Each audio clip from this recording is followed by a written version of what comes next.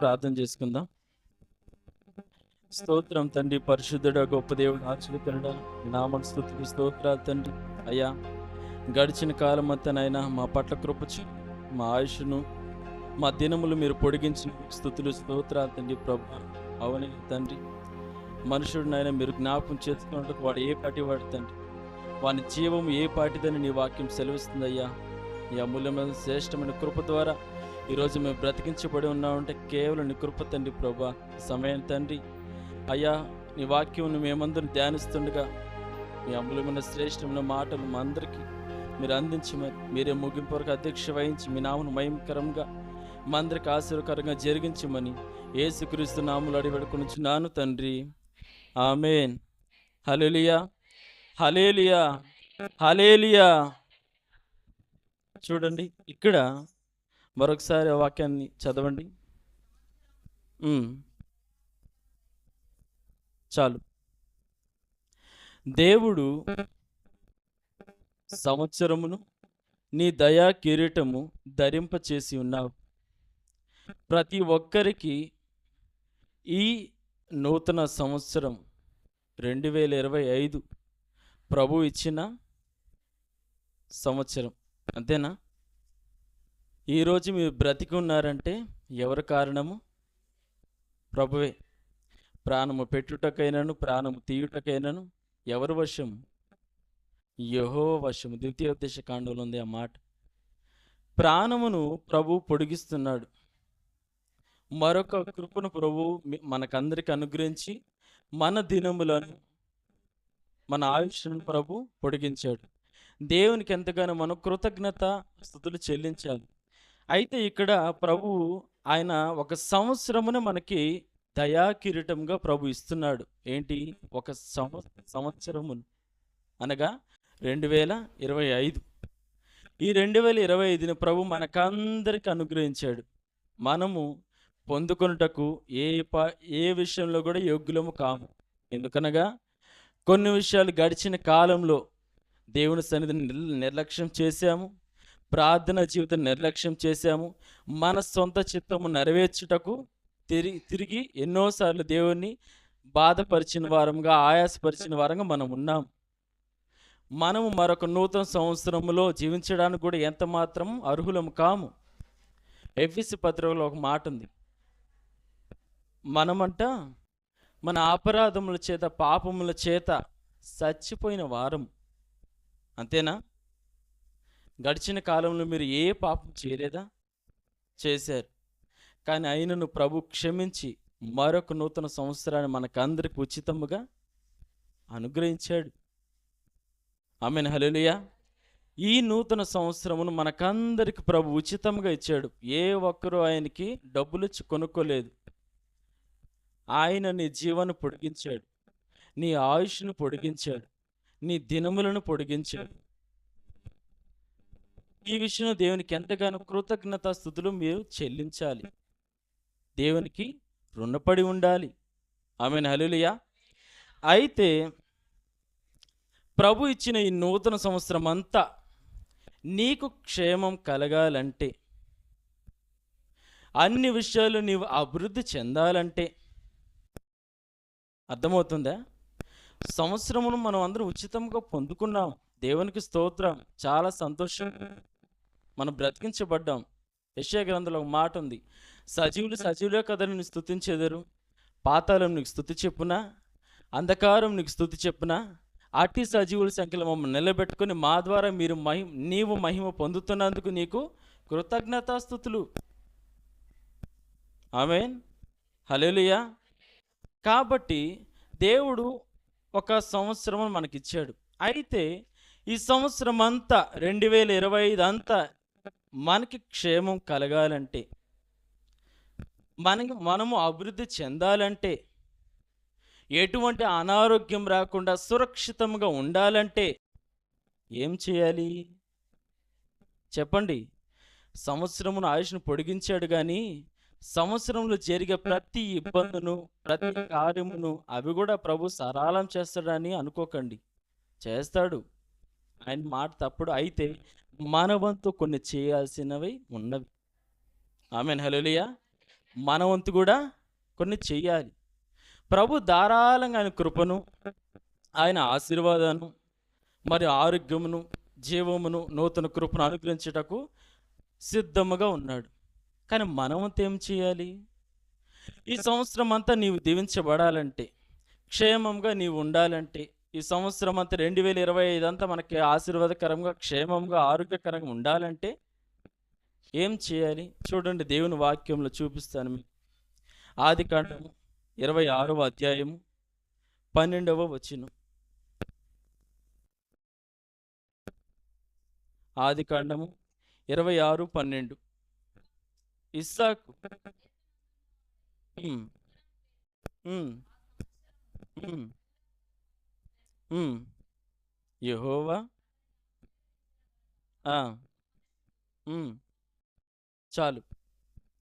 ఆమేన్. హల్లెలూయా. గట్టిగా హల్లెలూయా, హల్లెలూయా. ఇక్కడ ఇస్సాకును మనం చూస్తున్నాం. ఎవరు? Praise Lord. హల్లెలూయా. ఇస్సాకును మనం చూస్తున్నాం. అతను ఆ సంవత్సరము విత్తనము వేసి నూరంతలుగా ఫలము పొందాడు. ఆ సంవత్సరం అంతా ఇస్సాకును ప్రభు ఏం చేశాడు? అభివృద్ధి చేశాడు. కింద ఒక మాట ఉంది, అతడు మిక్కిలి గొప్పవాడగు వరకు క్రమక్రమముగా అభివృద్ధి పొందుచూ వచ్చాను. ఆమేన్. హల్లెలూయా. ఇస్సాకు ఆ దేశమందు అనగా గెరారు దేశంలో ఎంతగానో ఆ దేశమంతా కరువు వచ్చిన సురక్షితంగా, ఆహారం విషయంలో కానీ ఆరోగ్య విషయంలో కానీ సురక్షితంగా ఉన్నవాడు ఇస్సాకు. ఆ సంవత్సరం అంతా నూరంతలుగా ఫలము పొందాడు. చాలా సంతోషం, చాలా బాగుంది. ఇక్కడ గొప్ప ఆశీర్వాదమును మనం ఇస్సాకులో చూస్తున్నాము. బాగుంది. అయితే ఊరికినే ప్రభు ఆ సంవత్సరాన్ని అతనికి ఆశీర్వాదకరంగా మార్చాడు అనుకుంటున్నారా? చెప్పండి, ఏం చేశాడు? చూడండి వాక్యం 26వ అధ్యాయము 1వ వచనం నేను చదువుతాను. అబ్రహాము దినములలో వచ్చిన మొదటి కరువు గాక మరి ఒక కరువు ఆ దేశములో వచ్చాను. అప్పుడు ఇస్సాకు గెరారులోనున్న ఫిలిస్తీయుల రాజైన అబీమెలెకు నొద్దకు వెళ్ళాను. అక్కడ యెహోవా అతను ప్రత్యక్షమై, నీవు ఐగుప్తులోనికి వెళ్ళక నేను నీతో చెప్పు దేశమందు నివసించుము అనగా, ఇక్కడ ఏమి అర్థమవుతుందంటే, ఇస్సాకుని దేవుడని యెహోవా ఇస్సాకుతో మాట అంటున్నాడు. ఇస్సాకు, ఐగుప్తు దేశమునకు వెళ్ళకుము. ఎక్కడుండమంటున్నాడు? నేను చూపించే దేశంలో అనగా గెరారు దేశంలో అబీమెలెకు దగ్గర ఉండు, నిన్ను క్రమంగా నిన్ను ఆశీర్వదిస్తా అని ప్రభు చెప్పాడు. ఐగుప్తుకు పోబోకన్నాడు. ఐగుప్తు అనగా లోకముకు సాదృశ్యం, లోకానికి సాదృశ్యం. ఆమేన్. హల్లెలూయా, హల్లెలూయా. ఇస్సాకు ఏం చేశాడు?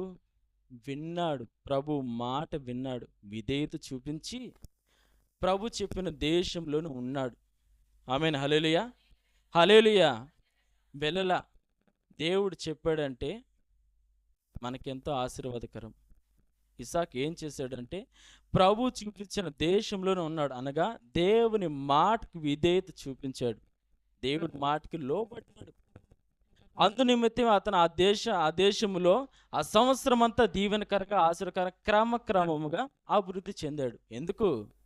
దేవుని మాటను విన్నాడు, దేవుని మాటకు లోబడ్డాడు. ఐగుప్తుకి వెళ్ళాడా? ఆడ ఉన్నాడా? చెప్పండి, ఆడే ఉన్నాడు. అనగా ఈ సంవత్సరం అంతా నీకు ఆశీర్వాదకరంగా, క్రమక్రమంగా నీవు అభివృద్ధి చెందాలంటే దేవుని మాటకు మీరు ఏం చేయాలి? విధేయులుగా లోబడాలి. ప్రభు మాట ప్రకారం మీరు జీవించాలి. అర్థమవుతుందా? సంవత్సరం ప్రభు ఇచ్చాడులే, ఇంకా సంవత్సరం మనకు ఆనందం, సంతోషం అని లేనిపోని ఆలోచన పెట్టుకోబాకండి. ప్రభు యోహాను సువార్త 15:5 ఒక మాట ఉంది, నాకు వేరుగా ఉండి మీరేమి, ప్రభు అంటున్నాడు, నాకు వేరుగా ఉంటే మీరేం చేయలేరని. దేవుని సన్నిధికి కానీ ఆయనకు కానీ మీరు సమీపంగా కాకుండా దూరంగా ఉంటే, ఆయన మాటకు లోబడకుండా, విధేయత చూపించకుండా, నా ఇష్టము నా సొంత ప్రకారం నడిపించబడతాను, దేవుని వాక్య ప్రకారం కాకుండా నా చింతము నా సొంత చిత్తం అనుకుంటే నిశ్చయముగా నువ్వు ఏమవుతావు? అభివృద్ధి చెందవు. వెనకబడిపోతావు. ఇంకా ఏం చేయాలి? దేవునికి లోబడాలి. దేవుని మాటకు విధేయత చూపించినప్పుడు ఈ సంవత్సరం అంతటను నీకు ఆశీర్వాదకరంగా ప్రభు మారుస్తాడు. ఆమేన్. హల్లెలూయా, హల్లెలూయా. అర్థమవుతుందా? ఈ సంవత్సరం అంతా మీకు ఆశ్చర్యకరంగా మార్చబడాలంటే ఏం చేయాలి? దేవుని మాట వినాలి. దేవుని మాట వినాలంటే ప్రభు మీకు ప్రత్యక్షమయ్యి, నా కుమారుడా, నా కుమార్తె, ఎట్ట ప్రవర్తించు, ఎలా జీవించు అని చెప్తాడు అనుకుంటున్నారా? దైవ సేవకుల ద్వారా బలిపీఠం బలిపీఠం దగ్గర మీకు బోధించే మాటలే ప్రభు పలికే మాటలు. అర్థమవుతుందా? ఆ మాటలకు మీరు లోబడాలి. ఆమేన్. హల్లెలూయా. మొట్టమొదటి సంవత్సరం అంతా ఆశ్చర్యకరంగా మార్చబడాలంటే దేవుని మాటకు లోబడాలి. ఇస్సాకు లోబడ్డాడు కాబట్టి గెరారు దేశమంతా కరువు వచ్చినా అతను మాత్రం సురక్షితంగా ఉన్నాడు. కారణం ప్రభు మాట విన్నాడు, లోబడ్డాడు. ప్రభుకు లోబడ్డాడు కాబట్టి దీవించబడ్డాడు. ఆమేన్. హల్లెలూయా. చూడండి, రెండవదిగా ఈ సంవత్సరం అంతా ఆశ్చర్యకరంగా మార్చబడాలంటే రాజుల 2వ గ్రంథము 19వ అధ్యాయము 15వ వచనం చూడండి. ఉమ్, ఆ, ఉమ్, ఉమ్. అదేనా? రాజులు 2వ గ్రంథము 19:15. 20వ అధ్యాయం చదవండి చాలు. 20వ అధ్యాయము రాజులు 2వ గ్రంథము 20వ అధ్యాయం మొదటి వచనం నుంచి చదవండి. ఆ, ఉమ్, ఆ, ఉమ్, ఉమ్, ఆ, ఆ, ఆ.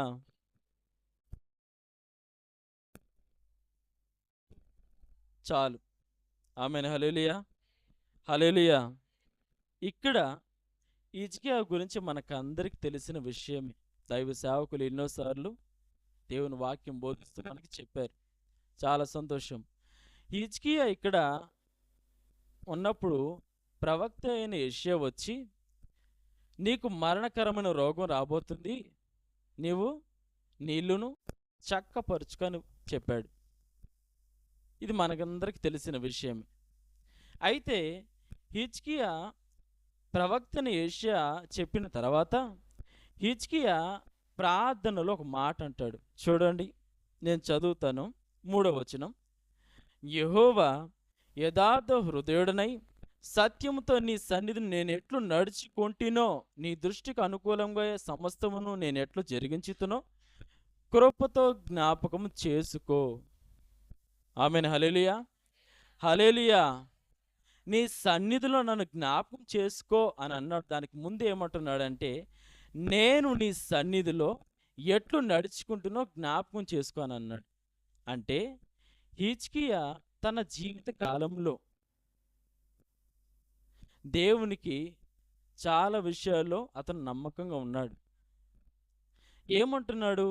ప్రభువా, గడిచిన కాలంలో నీ సన్నిధిలో నేను ఎట్లు ప్రవర్తించానో జ్ఞాపకం చేసుకో. ఏం ప్రవర్తించాడు హిజ్కియా దేవుని సన్నిధిలో? ఎలా ఉన్నాడు?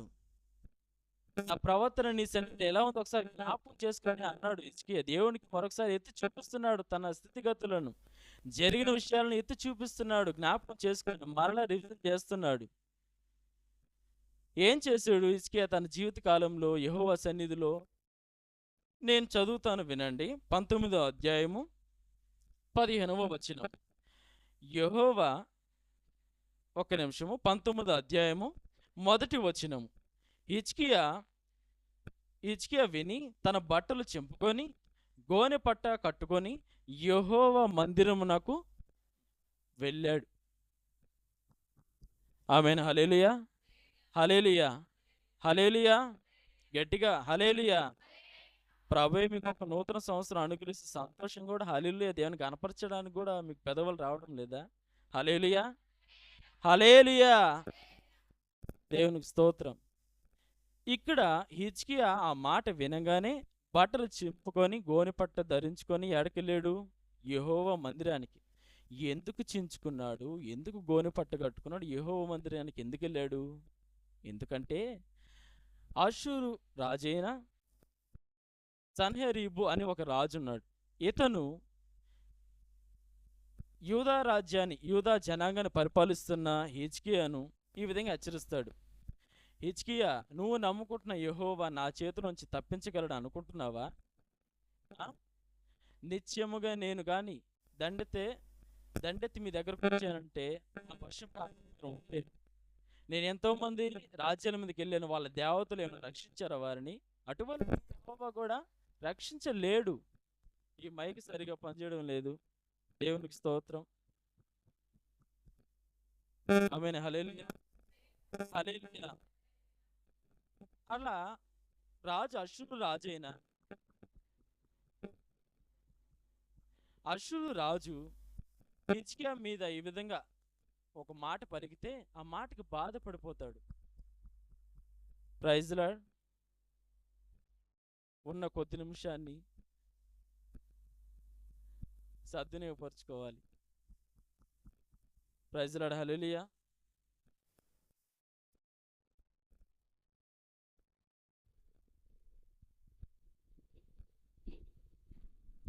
Praise Lord. హల్లెలూయా. దేవునికి స్తోత్రం. ఇక్కడ అషూరు రాజైన హిజ్కియా దగ్గరకు వచ్చి ఈ విధంగా చెప్పినప్పుడు హిజ్కియా చేసిన మొట్టమొదటి పని ఏంటంటే, ఏం చేశాడు? వేరే రాజుల దగ్గరికి వెళ్ళి, అయ్యా, నా రాజ్యం మీదకి అషూరు రాజైన వ్యక్తి పలానా రాజు దండెత్తి రాబోతున్నాడు, దయచేసి నా తరపున వచ్చి యుద్ధం చేయండి, నాకు సపోర్ట్ చేయండి అని అన్నాడా? ఏం చేశాడు? యెహోవా మందిరానికి వెళ్ళాడు. ఆమేన్. హల్లెలూయా, హల్లెలూయా. నేను నీ సన్నిధిని ఎట్లు నడుచుకుంటున్న జ్ఞాపకం చేసుకో అనగా, శత్రువు తరుగుతున్న సమయంలో హిజ్కియా చేసిన పని ఏంటంటే మనుషులను చూడలా. ఎవరిని చూశాడు? యెహోవా మందిరానికి వెళ్ళాడు. ఆమేన్. హల్లెలూయా. మొట్టమొదటిగా యెహోవా మందిరానికి వెళ్ళాడు. రెండవదిగా 19:15 యెహోవా సన్నిధి ఇట్లని ప్రార్థన చేశాను. యెహోవా కెరూబుల మధ్య నివసించు ఇశ్రాయేలుల దేవా, భూమి ఆకాశం కలుగు చేసిన అద్వితీయ దేవ, నీవు లోకమందున సకల రాజ్యములకు దేవుడివై ఉన్నావు. యెహోవా చెవి యొక్క ఆలకింపుము. యెహోవా కన్నులు తెరిచి దృష్టించుము. జీవము గల దేవుడివైన నిన్ను దూషించుటకై సన్హెరీబు పంపిన మాటలను చెవిని పెట్టుము. మొట్టమొదటిగా ఏం చేశాడంటే దేవుని మందిరానికి వెళ్ళాడు. రెండవదిగా ప్రార్థన చేశాడు. చేసి, అయ్యా, నీ గురించి ఈ విధంగా మాట్లాడుతున్నాడే, నీకు ఆ మాటలు వినపడడం లేదా? కాస్త చెవిని పట్టు ప్రభువా. ఆ మాటలు అతను ఏమంటున్నాడు చూడు. యెహోవా చేతిలోంచి, నా చేతిలోంచి యెహోవా మిమ్మల్ని రక్షించగలడు అనుకుంటున్నారా? మోసపోకుండా అని అంటున్నాడు. నిజమే, తను అన్నట్టు అతను ఎంతోమంది రాజ్యములు జయించాడు, కానీ వాళ్ళ దేవుళ్ళు వట్టి విగ్రహాలు, మట్టి బొమ్మలే. కానీ నీవు నిజమైన దేవుడు కాబట్టి, నీవు నిజమైన దేవుడు అతను గ్రహించినట్లుగా కార్యము చెయ్యి. ఎవరన్నారు? హిజ్కియా అన్నాడు. ఆమేన్. హల్లెలూయా. అని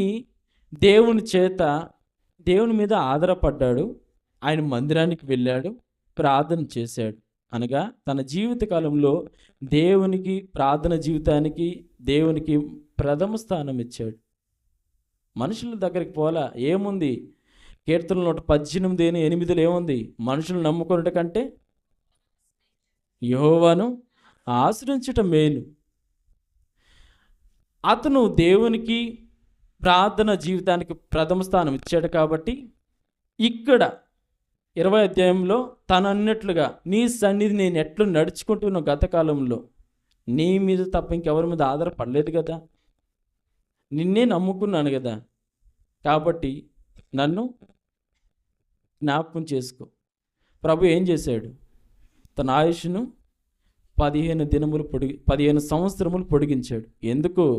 దేవునికి, ఆయన మందిరానికి, ప్రార్థన జీవితానికి మొదటి స్థానం ఇచ్చాడు. ఆమేన్. హల్లెలూయా. ఈ సంవత్సరం అంతా మీకు ఆశీర్వకరంగా మార్చబడాలంటే దేవుని మందిరానికి మీరు మొదటి స్థానం ఇవ్వాలి. రెండోదిగా ప్రార్థన జీవితానికి. ఆమేన్. హల్లెలూయా. దేవునికి కూడా మీరు ప్రథమ స్థానం ఇవ్వాలి. దేవుని కాకుండా మనుషుల వైపు చూసి నాకు సహాయం చేయి, నాకు కూడా ఏదైనా కొంచెము ఇవ్వు. దేవుని బాధపరచకండి. గత కాలంలో మీరు మనుషులను ఆశ్రయించారేమో, మరొకసారి ప్రభు అంటున్నాడు, నేను సర్వశక్తి గల దేవుడును. ఆమేన్, హల్లెలూయా. నా దగ్గరికి రండి, నన్ను అడుగుడి, నేను ఇస్తా, మీకు ధారాళంగా ఇస్తా, నన్ను అడగండి చాలు. మనం అంటాము, బ్రదర్ మన అవసరాలు మన కష్టాలు ప్రభుకు తెలియవా? మళ్ళీ ప్రార్థన చెప్పడం ఎందుకో తెలుసా? మన పెదవులతో దేవుణ్ణి అడగాలని దేవుని ఇష్టం. మన పెదవులతో దేవుణ్ణి అడగాలని ఆయన ఆశ. తెలుసు నీకున్న కష్టాలు ప్రభుకు తెలుసు, నీ అవసరాలు ప్రభుకు తెలుసు. కానీ ఏంటి, నీ పెదవులతో తండ్రిని అడిగినట్లుగా అడగాలని దేవుని ఆశ. ఆమేన్, హల్లెలూయా, హల్లెలూయా. మొట్టమొదటిగా ఇస్సాకు వలె దేవుని మాటకు విధేయత చూపించావంటే, ఆ మాటకు లోబడ్డావంటే ఈ సంవత్సరం అంతా నీకు ఆశీర్వకరంగా ప్రభు మారుస్తాడు. రెండవదిగా హిజ్కియా వలె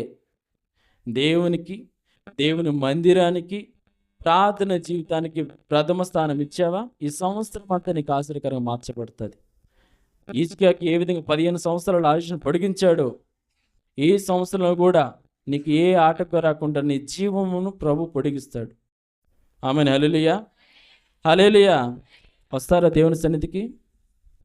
ఎక్కడ దైవ సేవకులు ప్రార్థన క్రమం జరుగుతుందనగానే అటెండ్ అవ్వాలి మీరు. దేవుని ఇష్టము, దేవుని చిత్తము అది. ఎందుకనగా అంటే ప్రభు రాకడ సమీపంగా ఉంది కాబట్టి మీరందరూ సంపూర్ణపరచబడాలంటే సంఘానికి అంటుకట్టబడి ఉన్నప్పుడే సంపూర్ణపరచబడగలరు. సంఘానికి వెలుపల ఉన్నంత వరకు సాతాను చేత నీవు పట్టబడతావు. దేవుని సన్నిధికి వెలుపల ఉన్న ప్రతి ఒక్కరు సాతాను చేత పట్టబడతారు. దేవుని సన్నిధిలో ఉన్నవారంతా దేవుని చేతిలో సురక్షితంగా దాగి ఉంచబడతారు. ఆమేన్, హల్లెలూయా, హల్లెలూయా.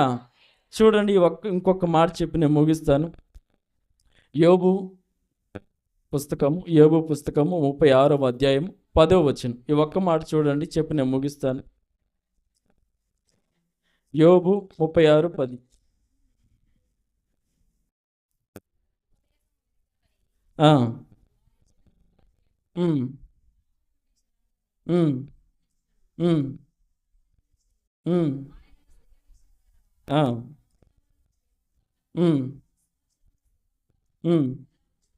ఆమేన్, హల్లెలూయా, హల్లెలూయా, హల్లెలూయా.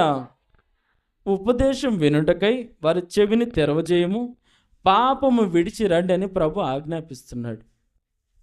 మూడవదిగా ఏంటంటే, పాపమును విడిచి నీవు కానీ దేవునికి ఇష్టకరమైన జీవితం జీవిస్తే ఈ సంవత్సరం అంతా ప్రభునికి ఆశ్చర్యకరంగా మారుస్తాడు. ఆమేన్, హల్లెలూయా. కింద ఏముంది? వారు ఆలకించి ఆయన సేవించిన ఎడల తమ దినములను క్షేమముగాను తమ సంవత్సరములను సుఖముగాను వెళ్ళబుచ్చెదరు. పాపమును విడిచి ఏం చేయాలి? దేవుని మాటకు లోబడాలి. మీ జీవితంలో ఈ సంవత్సరం ఎక్కడ ఏ పాపం లేకుండా జాగ్రత్త పడాలి.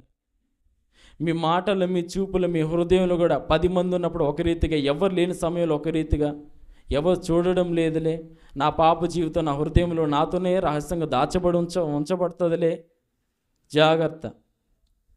సామెతలు 15:3 ఒక మాట ఉంది, యెహోవా కన్నులు ప్రతి స్థలమందు ఉండున మంచి వారిని చెడ్డవారిని చూచుచూ ఉండునని.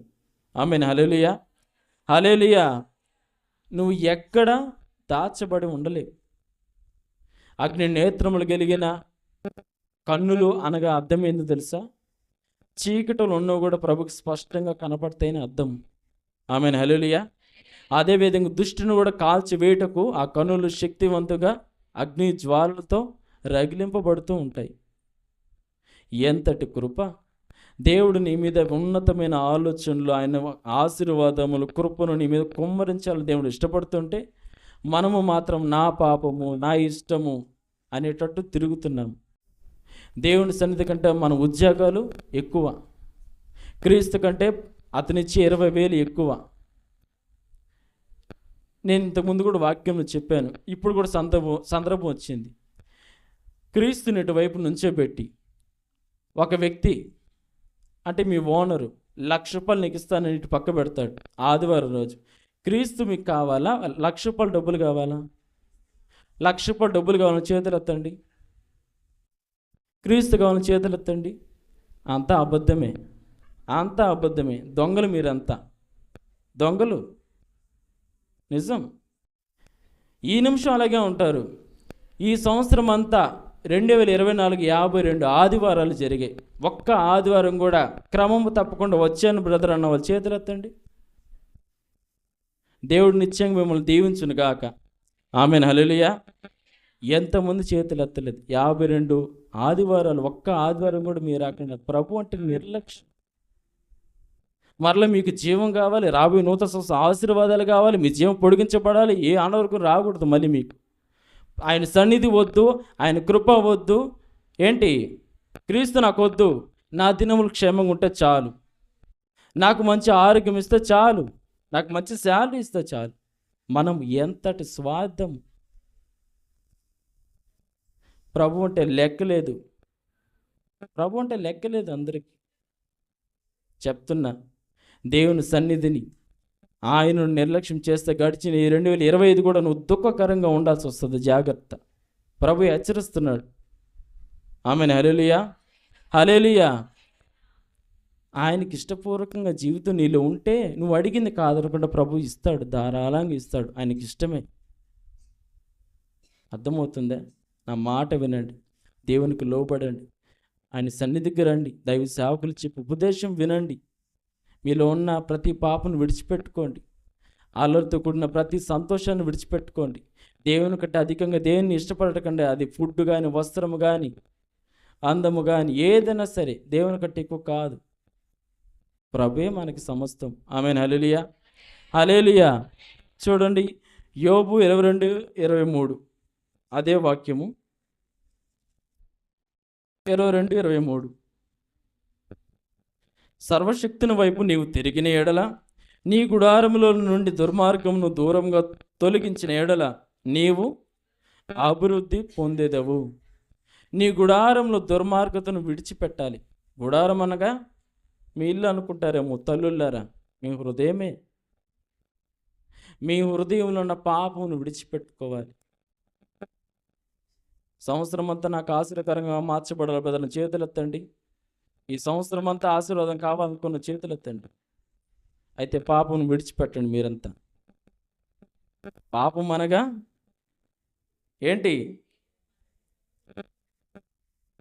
ఇంకా లోతైన పాపములు చెప్పేదే.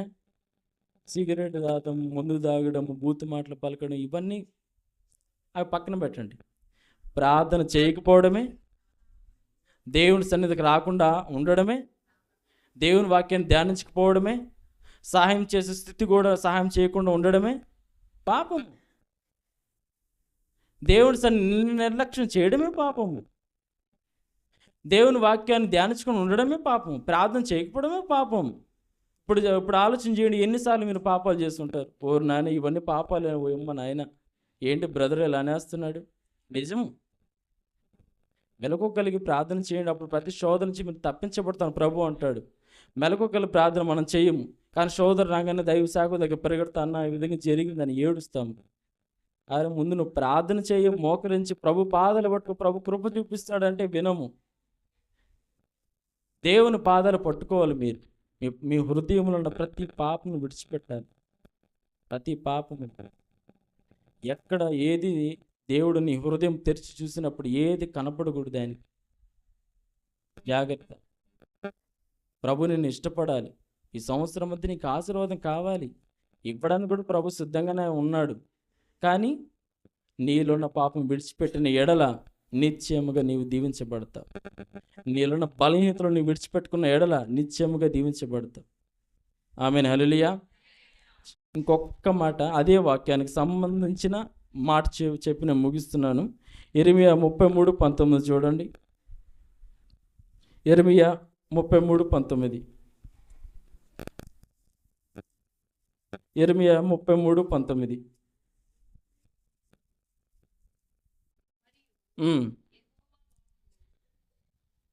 33:19.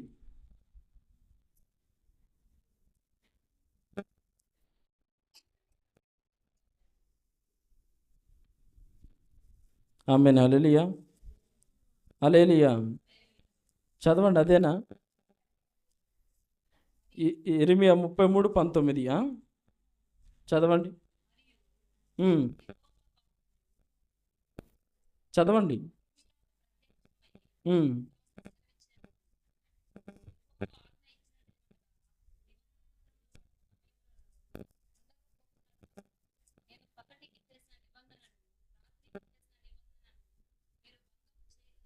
దేవునికి స్తోత్రం. ఆమేన్. హల్లెలూయా. యెహెజ్కేలు 33:19 చూడండి. అది కాదు, యెహెజ్కేలు 33:19. యెహెజ్కేలు 33:19. మరియు దుర్మార్గుడు తన దుర్మార్గతను విడిచి నీతి న్యాయములను అనుసరించిన ఎడల వాటిని బట్టి వాడు బ్రతుకును. దుర్మార్గుడు తన హృదయంలో ఉన్న దుర్మార్గతను విడిచిపెట్టి నీతి న్యాయములను అనుసరించిన ఎడల వాటిని బట్టి నిత్యముగా వాడు బ్రతుకుతాడు. ఆమేన్. హల్లెలూయా. మీరు ఈ సంవత్సరం అంతా దీవించబడాలన్నా, ఆశీర్వదించబడాలన్నా, ప్రతి అనారోగ్యం తొలగించబడాలన్నా మొట్టమొదటిగా దేవుని మాటకు లోబడాలి. రెండవదిగా ఆయనకు, ఆయన సన్నిధికి, ప్రార్థన జీవితానికి ప్రథమ స్థానం ఇవ్వాలి. మూడవదిగా పాపము మీ జీవితంలో లేకుండా జాగ్రత్త పడండి. జాగ్రత్త. పాపము, ఇందాకే దైవ సేవకులు చెప్పారు, మీకు మేలు కలుగకుండా ఉండినట్లు కారణం మీ పాపాలే అని ప్రభు అన్నాడు. నిజం. మనకి దేవునికి అడ్డుకోండి దేవుని మన పాపాలే. కాబట్టి పాపం లేకుండా జాగ్రత్త పడండి. ఎక్కడ మాటల్లో, చూపుల్లో మీలో అపవిత్రత కనపడకూడదు. చాలామంది మనుషులు ఎదుట, దైవ సేవకులు ఎదుట భలే నటిస్తారు. ఎందుకు? మెప్పు కావాలి. దైవ సేవకుల దగ్గర మంచి సాక్ష్యం కోసం భలే నటిస్తారు. బయటికి పోయిన తర్వాత అట్టి క్రియలు వాళ్ళ జీవితాలు అస్సలు ఉండవు. అవి మనుషుల దగ్గర మెప్పు కోరుటకే. దైవ సేవకులు చూస్తూ ఉంటే వాళ్ళ ముందర గబగో అన్ని పనులు చేస్తాం. దైవ సేవకులు లేనప్పుడు ఆట కుర్చీలో కూర్చొని ఫోన్ నొక్కుంటూ ఉంటాం, లేదా ఏదో ఒకటి చేసుకుంటూ ఉంటాం, పక్కన వాళ్ళతో మాట్లాడుతూ ఉంటాం. తప్పు. దైవ సేవకులు ఉన్నా లేకపోయినా దేవుని సన్నిధిని పరిచయం చేయాలి, లేదా ప్రార్థన చేసుకుంటూ ఉండాలి. క్రమంగా దేవునికి నమ్మకం ఉండాలి. అంటే 10 మందిలో ఒక రీతిగా, ఒక ఒంటరిగా ఉన్నప్పుడు ఒక రీతిగా ఉండకూడదు. నీ జీవితంలో ఎక్కడ పాపం కనపడకుండా జాగ్రత్త పడండి. ప్రభువు శ్రేష్టమైన కృప మీకు ఇస్తాడు. ఈ సంవత్సరం అంతా 2025 అంతా నువ్వు కోరుకున్న ప్రతిదీ, నీ ఆశ ప్రతిదీ ఆయన కృపతో సమస్య ఇవ్వడానికి సిద్ధంగా ఉన్నాడు. నీ ఆశను ప్రభు నిశ్చయంగా తృప్తిపరచుదురుగాక. మీరు కోరుకున్న ప్రతి ప్రార్థన, విన్నపం ప్రభు నెరవేర్చుదురుగాక. ఈ సంవత్సరం అంతా మీకు ప్రతి అనారోగ్యం అంతా తొలగించబడి మంచి ఆరోగ్యంతో నింపబడుదురుగాక. ఎటువంటి అపాయములు, శోధనలు, ఇబ్బందులు రాకుండా దేవుని చేత భద్రపరచబడుదురుగాక. ఆమేన్. హల్లెలూయా. హల్లెలూయా. కాబట్టి అర్థమైందా? ఒక్కసారి రివిజన్ చేయండి. మొట్టమొదటిగా చెప్పండి, మర్చిపోతున్నారా? ఈ సంవత్సరం దేవునికరంగా మార్చబడాలంటే దేవుని మాటకు లోబడాలి. ఆయనకు, ఆయన సన్నిధికి, ప్రార్థన జీవితానికి ప్రథమ స్థానం ఇవ్వాలి. మూడవదిగా పాపము లేకుండా జాగ్రత్త పడాలి. అటు తర్వాత గొప్పగా దీవించబడతాం. అటు కృప ప్రభు ఈ రాత్రి మనకందరికీ అనుగ్రహించునుగాక. ఆమేన్. హల్లెలూయా. ప్రార్థన చేసుకుందాం. స్తోత్రం తండ్రి, పరిశుద్ధుడా, గొప్ప దేవుడా, మీ నామన స్తుతులు, స్తోత్రాలు తండ్రి. ప్రభా అయ్యా, ఇంతవరకునైనా మీరు మాట్లాడిన ప్రతి మాటను బట్టి స్తుతులు, స్తోత్రాలు తండ్రి.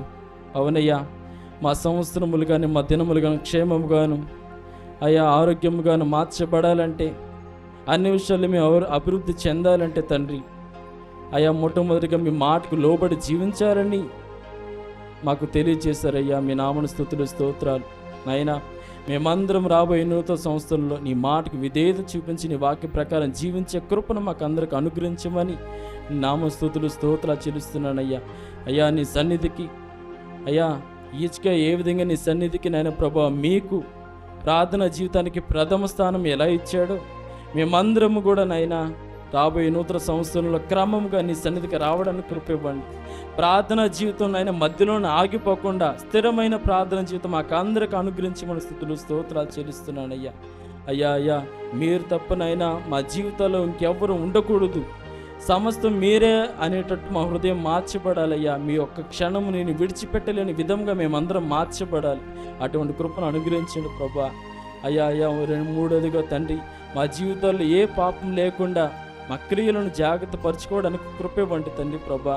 మా హృదయములు కానీ మా చూపుల్లో ఎక్కడ అపవిత్రత లేకుండా ప్రభా మీరు ఇష్టపడే జీవితం మాకందరికి అనుగ్రహించండి అయ్యా. మీ నామన స్తుతులు స్తోత్రాలు. నీ వాక్య ప్రకారం నడిపించబడే భాగ్యమును మాకు అనుగ్రహించండి. మరి విశేషంగా నీ అమూల్యమైన శ్రేష్టమైన రాకడికి మమ్మల్ని అందరూ సిద్ధపరచండి ప్రభా. ఎంతమంది అయితేనైనా ఈ 2025 మాకు ఆశీర్వకరంగా దీవెనకరంగా మార్చబడాలని ఆశపడుతున్నారు, వాళ్ళ ఆశను యేసు నామంలో మీరు తృప్తిపరచండి అయ్యా. మీ నామ స్తుతులు స్తోత్రాలు చెల్లిస్తున్నాం. ఎందుకనగా మేమందరం మీరు సృష్టించిన బిడ్డలమే తండ్రి. మేమందరం నీ రక్తం చేత కడగబడిన బిడ్డలేమేనయ్యా. నీ అమూల్యమైన శ్రేష్టమైన రక్తంతో కొనిన బిడ్డలేమే కదా. మా విజ్ఞాపనలు కూడా మీ వాత్సల్యంతో కనికరంతో కృపతో సమస్తం మాకును మా సంఘమునకు అనుగ్రహించమని మీ నామను స్తుతులు స్తోత్రాలు చెల్లిస్తున్నాను.